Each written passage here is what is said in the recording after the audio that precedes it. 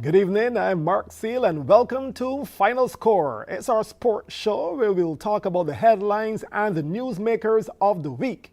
Tonight, England's tour of the West Indies begins in 2 days' time. We'll examine some of the talking points. And the Get Into Rugby initiative is planned for the new year. We'll hear of the 2024 plans to make this sport bigger and better. Of course, you, our viewers, can make your contributions and ask your questions via social media. WhatsApp 228-5562, while our Facebook handles are CBC Barbados or cbcnews.bb. So let's get to it. The West Indies named a squad for the ODI series against England, which starts on Sunday. There's no Darren Bravo. Shane Dowridge was selected but has retired before getting to even play a single game. And England are missing some key characters but still have a relatively strong lineup, which is looking to put the World Cup failure behind them. With us tonight is analyst and former West Indies cricketer Philo Wallace. Good evening, sir. Let's get straight to the topics that are still abuzz. Shane Dowridge did so much to get back into the West Indies shake-up. It's clearly a surprise for him to retire just days after being selected. Your take, Philo? Good evening, Mark. Yeah, that surprised me actually because Shane has done wonderfully well in the last couple of years, and he got back into the West Indies squad for that this 50-over series that was going to start. That will start on Sunday in Antigua against England, and then out of the blue, he's decided to call it quits at 32 years old. Obviously, from the reports coming out, is that he was unhappy with the way how he was treated in the camp in Antigua by some of the members and the management. And I think that is something that is a serious concern and should be investigated. But it's sad to see Shane Dowridge leaving cricket under such a cloud. A guy with a lot of ability. I thought he would have forced his way back into the test side. But unfortunately, he's cut his career short at 32. And I want to wish him all the very best moving forward. Yes, and actually not even a situation of maybe deferring from this tour, but actually retiring from international cricket altogether. That's a big move. Yeah, immediate effect. Yes. So it means that he has made up his mind. And maybe it happened, being in Antigua, he saw things that were happening that he didn't like and decided, look, I don't want to be in this environment. The best thing for me to do is just walk away from it all. And he's an adult. He would have spoken to his management team, maybe his solicitor, and they would have said, look, you make the decision and we'll support you, his family as well. And I do hope that he knows what he's doing and there's something down the road for Shane Dowridge because he's an asset in our cricket and it's another asset that has been lost to some bad management, one would say. Well, yes, and indeed, I'm quite certain that saga is not over as yet. Next up, Darren Bravo's non-selection. Is this an issue for you? It is an issue for me, Mark, because I sat on a committee a couple of years ago and formulated something called a selection policy, and age was never a factor. Performances matter, and consistency. And I believe that Darren Bravos tick all the boxes to be included in the West Indies 15-man squad for ODI series. He's done it for 2 years straight. He showed commitment. He showed a passion. And he shows that he wants to get back. He shows some of his brilliance. We know he's a brilliant batter when he's unsung. And certainly he was in the Super 50. And to exclude him and then give a lame excuse of age, I think it is wrong. It is hurting our cricketers. And sometimes we have to realize that when the decisions that we make for some of these players, down the road, it really hurts them, and some of them cannot rebound from it. Now, Darren Bravo has taken a step back from cricket. Shane Dowridge has retired, but I don't think West Indies selectors are going to name a replacement. So all these things are churning up not to be good tasting ingredients in our mouths. We don't want this for West Indies. I know the Eve, too, was a very important series against England, a series in which we need to win games to get some points to look to qualify for the 2027 World Cup because that's been the buzz number 2027. But there's a process to get to 2027, and I believe that a guy like Darren Bravo, who is informed, who's a winning captain in a winning franchise, should be in the West Indies middle order to help groom those young players that everyone has spoken about, to mold them because they're not accustomed to winning, and we need to find winners in order to win international cricket matches and series. Well, Philo, actually, we can segue into that then. Should we be rebuilding for the future or should we be winning right now in order to be an automatic qualifier for the next World Cup? I think we should be winning right now because we are not accustomed to winning. If we're rebuilding and we're going to lose, we're going to see 2027 and bypass it. We're not going to go to South Africa, Zimbabwe, and Namibia. So I think we should be winning. And then as we win and we move into more series in the years, we should start molding our side. But you can't tell me you're going to invest in young batters who don't have a iota of winning games or how to approach certain tough situations in the ODI cricket. We saw in the World Cup that just concluded in England. You need that experience for when the going gets tough. When the goings get tough, Mark, the experienced player more often than not will pull you out of the hole. The inexperienced player will do something daft and walk into the dressing room and say sorry. And I think that the West Indies selectors got it wrong with this squad. We should have looked to pick the experienced Dan Bravo. There are lots of cricketers out of West Indies cricket at the moment, and I think he's good enough to get into that squad. And he should have been in that squad to help us to win cricket matches against England. England are coming off a very poor World Cup, and they'll want to come in the Caribbean and trample us. And I don't think we should allow them to trample us. We should be looking to compete. But when you look at our middle order, we don't have that muscle in the middle. And it's going to be a concern, I think, going into the series. Well, let's with that as well. Are there any players who should not be on the West Indies team, or are there any players who you feel that have been hard done by not being selected? Well, yeah, I think you look at a guy called, there's a guy named Hayden Walsh Jr. I think that he should be in the squad as well. But they're looking at the balance. Because even more when it comes to the final 11, it's going to come to balance. It's going to come to if you want to play five bowlers or six bowlers. If you play six bowlers, you have to leave out a batter. You have Shamroy Hetmar, who the lead selector said, obviously, you know what he can do, but his form is a concern. Now, you're going to a camp. I don't know how much batting he's going to do in that camp in order to gain form. So that is a concern to me as well. When you have a middle order that is so brittle and so inexperienced, you need to have a batter in there that is firing. And to me, there's a concern with the middle, and we're going to see come Sunday if it really holds up to the test of time, because England are going to come hard at them. I think that we need to be very careful how we are selecting players. We're going for Ockley as well. I think he was a couple months older than Bravo. So age can be a factor. There's something other than age that these guys are not being selected. And then we have Brandon King coming back into cricket. He hasn't played a lot of cricket. What is his form like? No one has said if he's fully recovered from his injury, how he's progressing. Nothing of the sort. So these are concerns. And if your top order gets bite off early in a one-day game, you put a lot of pressure on your middle and lower middle order to get runs. Well, that's correct. Well, still to come, questions from our viewers and followers on social media. We'll be right back.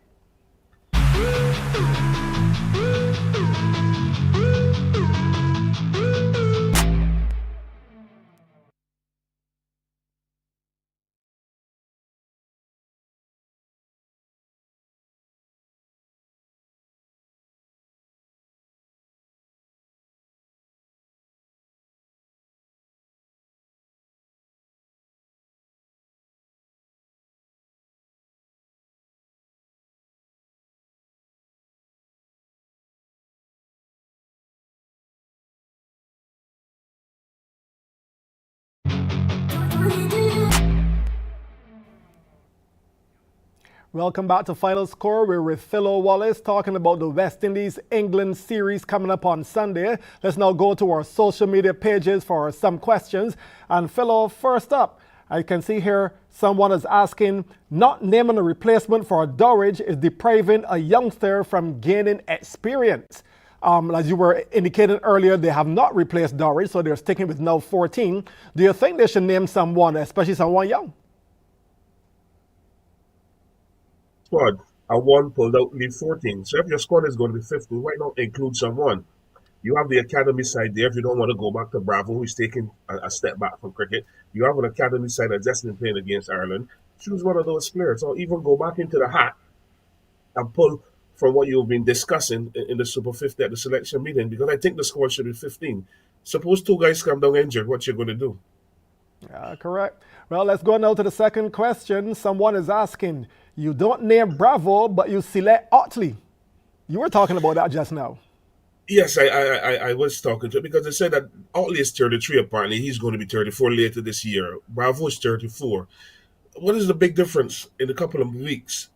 I mean, you look at the class of Dan Bravo and what he can bring. He's experience, Mark. And it burns me that our selectors have ignored experience when the selectors themselves wanted to play when they were experienced. So now the shoe is on the other foot. It seems like it cannot fit. And that is wrong. Like it's hurting our cricket. We need to get our experienced players playing who are committed and blend these young guys into the side along with them so we can build a unit moving forward. Yeah, We've done sorry. it before and I believe it can work again. Work again, Mel. Yeah, it was always wondering what the decision making policy of the selectors when they're in that room by themselves. Let's go to a next question. Why wasn't Mayers' 100th century in the Super 50 not enough to keep him in the do? I think he has a commitment at Abu Dhabi. I think he's playing that T10 competition. So you gotta be careful with these other franchises that these guys have signed up to. Jason Holt is also there as well, and Nicholas Purana, Rothman Powell. So those guys have signed those contracts. So it'd be difficult to get out of those contracts to come and represent West Indies. There's always that funny balance, and that is something that Cricket West Indies will have to deal with. Miles Bascom, who's the director of cricket, he will have to deal with that as well because we're missing some of our main, a lot of our main batters, and a lot of our strong batters as well who can knock the ball away.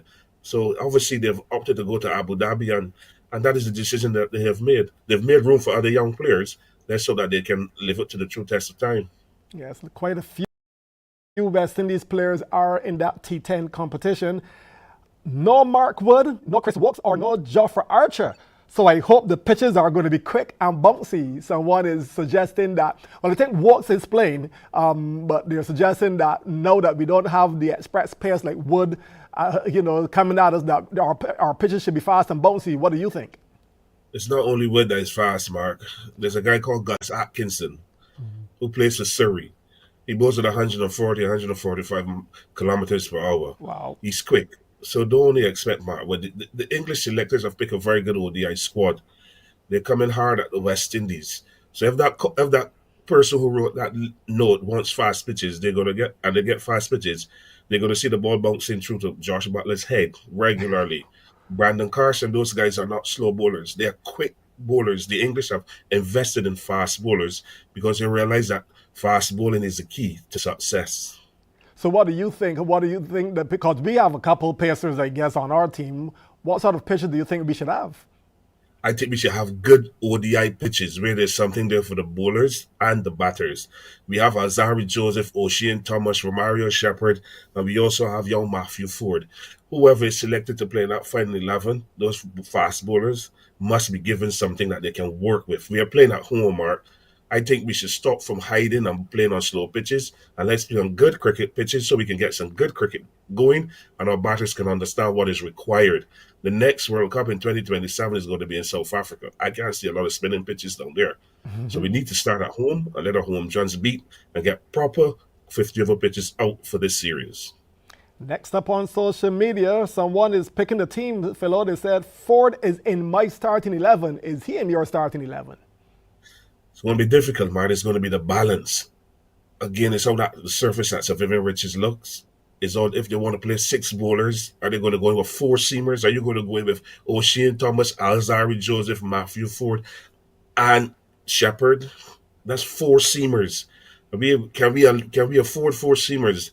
And only Shepherd and maybe Ford can bat. Alzari, he's a little pragmatic. He will bat today and don't bat tomorrow.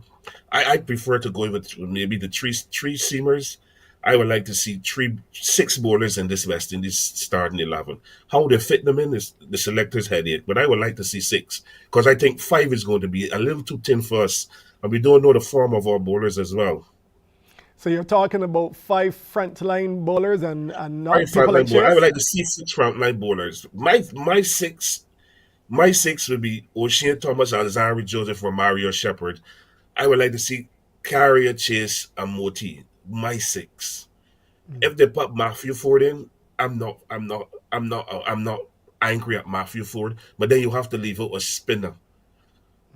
You have to leave out a spinner And because we Carrier, can't. you don't have Carrier in your team because he can do some I batting will as have well. Carrier to play on my side because Carrier can bat. Right, We saw that in the Super 50. right. But we might be seeing it, but the selectors might not be seeing it. But But then Carrier can bat. and you also have Chase, whose off spin is nothing to not write home about. He gets But wickets. but he's playing. He's the only off spin in the side, so he has to be a starter. And I think that His bowling has dropped off. I don't know why. Mark, these guys, I don't know what kind of work they do behind the scenes. It really baffles me with Roston, who started really well and he's just gone flat. But I hope that Sammy and his charges can really rekindle his spirits and his form. Obviously, Moti will be the go-to man. He'll be the number one spinner in the side. So I think that if you have Moti, Chase, Corral, and the three of them can bat as well, you lengthen your batting and you give your bowling some depth. Matthew Ford, yes, is a good option, but I don't think that they're going to look to play four seamers on that surface in Antigua. I don't think it's a seamer's paradise to really say we can play four seamers. I would like to see 3 and 3 and balance that middle order with some batting. Okay, well, I'd like to thank Philo Wallace for once again accommodating us with his tight schedule so he can share his knowledge and experience. Thank you very much again, Philo. It's a pleasure. Thank you. Great. Now, after the break, we'll talk rugby with Kenneth Payne and Stacia Payne of the Barbados Rugby Football Union. We'll be right back.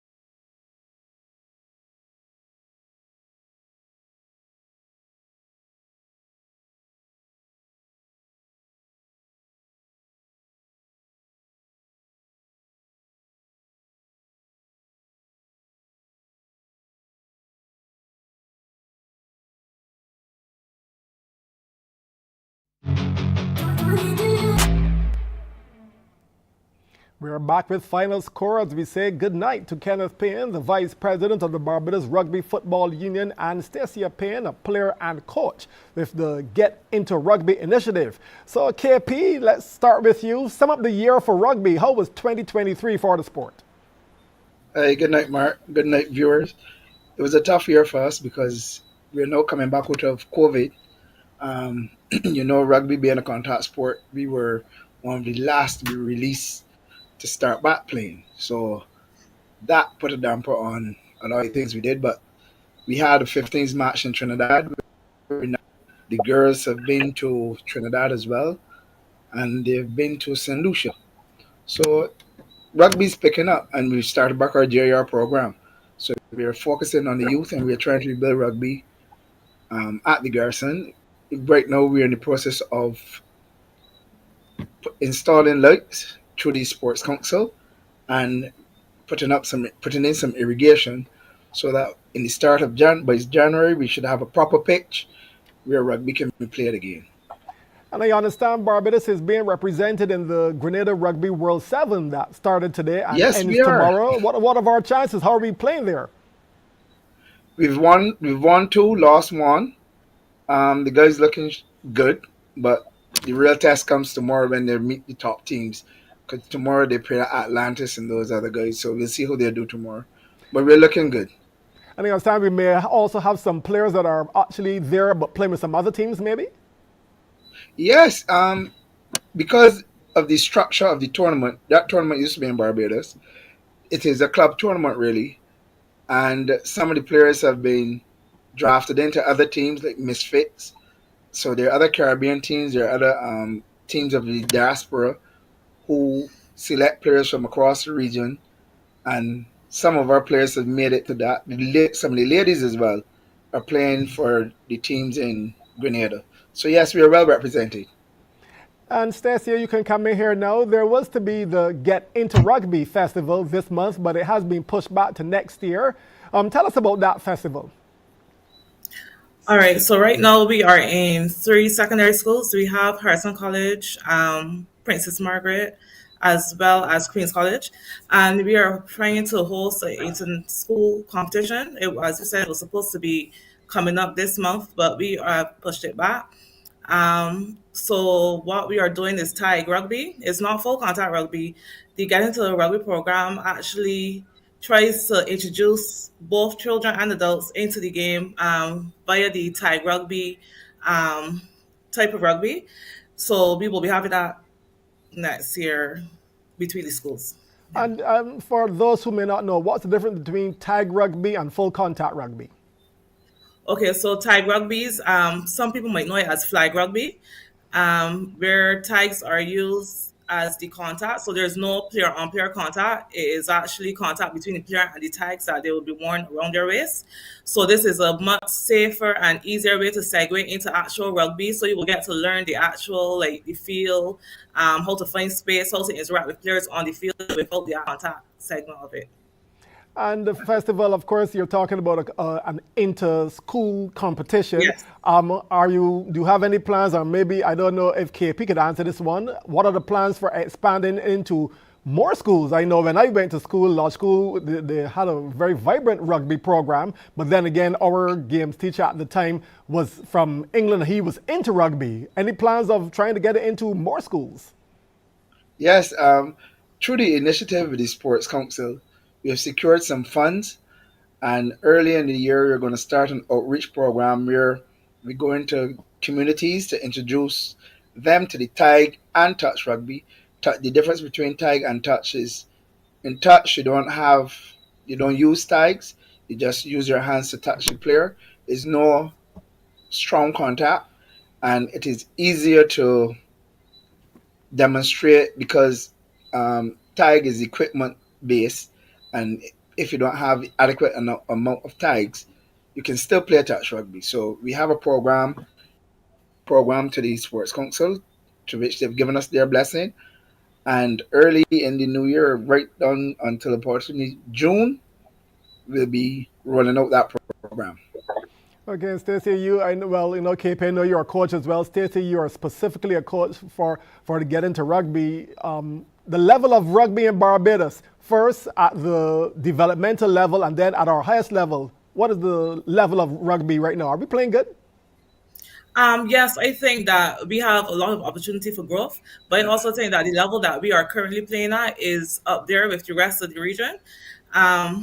Yes, we will benefit with more games if we have more games and more experience playing other teams, because right now we are mostly domestic playing.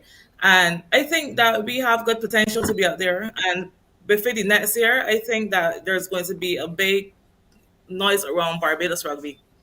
Oh, no, well, I can't let you stop there. Carry on. Why do you figure that it's going to be a big noise in rugby? Let me hear some of these goals. What do you expect? Where do you expect rugby to be at some point in 2024? Either one of you can answer. Well, for example, for the ladies, we have high recruitment drives, probably done probably twice or three times a year, and we get a good feedback from the general public. We get past players from different sports coming into the game and playing. We also have a lot of teenagers, especially females, being more interested in sport, and this is going to be able to feed into the women's team within probably 2 years. Because, for example, a lot of our players, even some that have been recruited by the other teams in Grenada right now, they actually came from the Get Into Rugby program.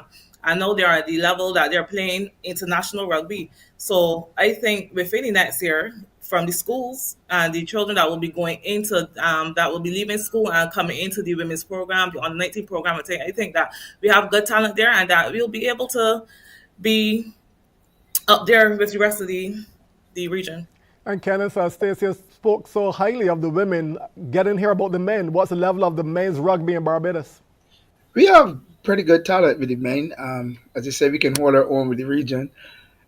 Going into next year, we've already had a lot of interest from touring teams, which used to be the bread and butter of the development of the rugby in Barbados.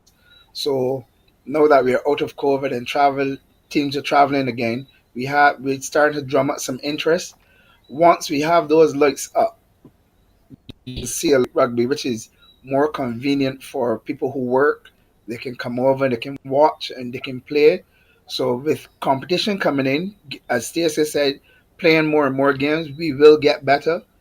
We have also started to bring other teams from other islands to Barbados so we can have many competitions. So if you keep your eyes on Barbados Rugby, we're also on IG, Rugby Barbados 246.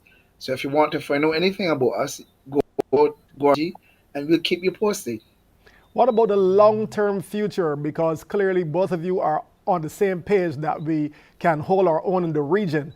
But, we have ESPN on MCTV and we see rugby being played at a really high level in England, etc. Do you have any aspirations for getting there? And if so, when? It's a step by step process. Aspirations are there, but obviously it takes first you have to be playing at that level consistent. And most teams who come into that level, which would be the HSBC, which is the most popular, you'd find that they come in and they go back out because they come in at the what you call the invitational level. So play you get better. So we can own that. But fortunately, the setup in the region does not augur well or helps the amount of games that we need to get to that level. So that's why we in Barbados have started to reach out to the neighboring islands to have more rugby played. So we have a wider pool of players to choose from, and the experience gained from that will put us in good state to play at that level.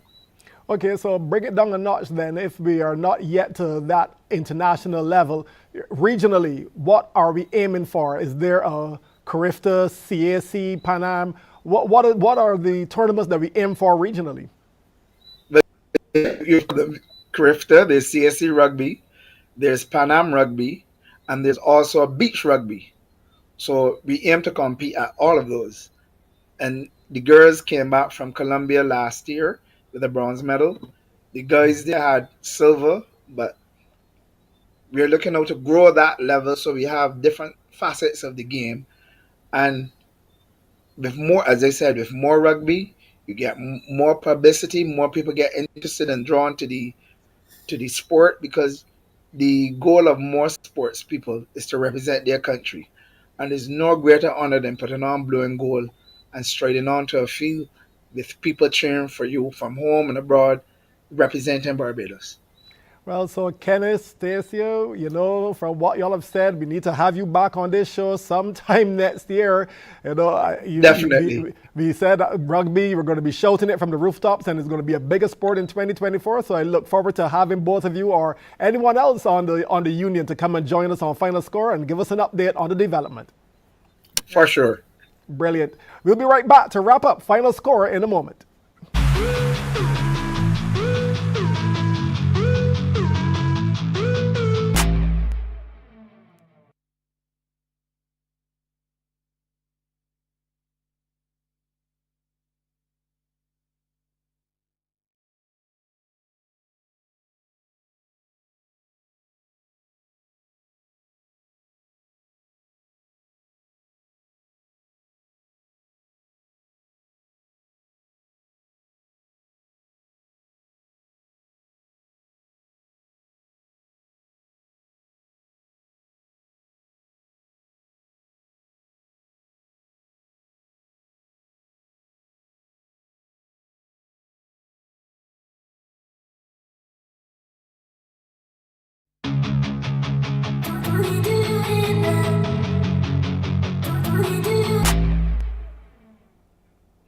Here's what's coming up this weekend in sports. Days 2 and 3 of the BCA A series of the Elite Division will be this weekend. The first one-day international, West Indies versus England, that's on Sunday, 9:30 a.m. in Antigua. The Barbados Football Association's Republic Cup semis are on Sunday, 6 p.m. and 8:30 p.m. at the BFA Turf. And the Volleyball Senior League moves back to the Wildy Gym. And on Sunday, there'll be 7 fixtures at the gym from 2:30 p.m. Well, that's our program for this week. And incidentally, for the year, this is the final show for the current series. And we do look forward to resuming Final Score in 2024. So it's good night from my team till next year. And remember, for Christmas and beyond, let's be careful out there.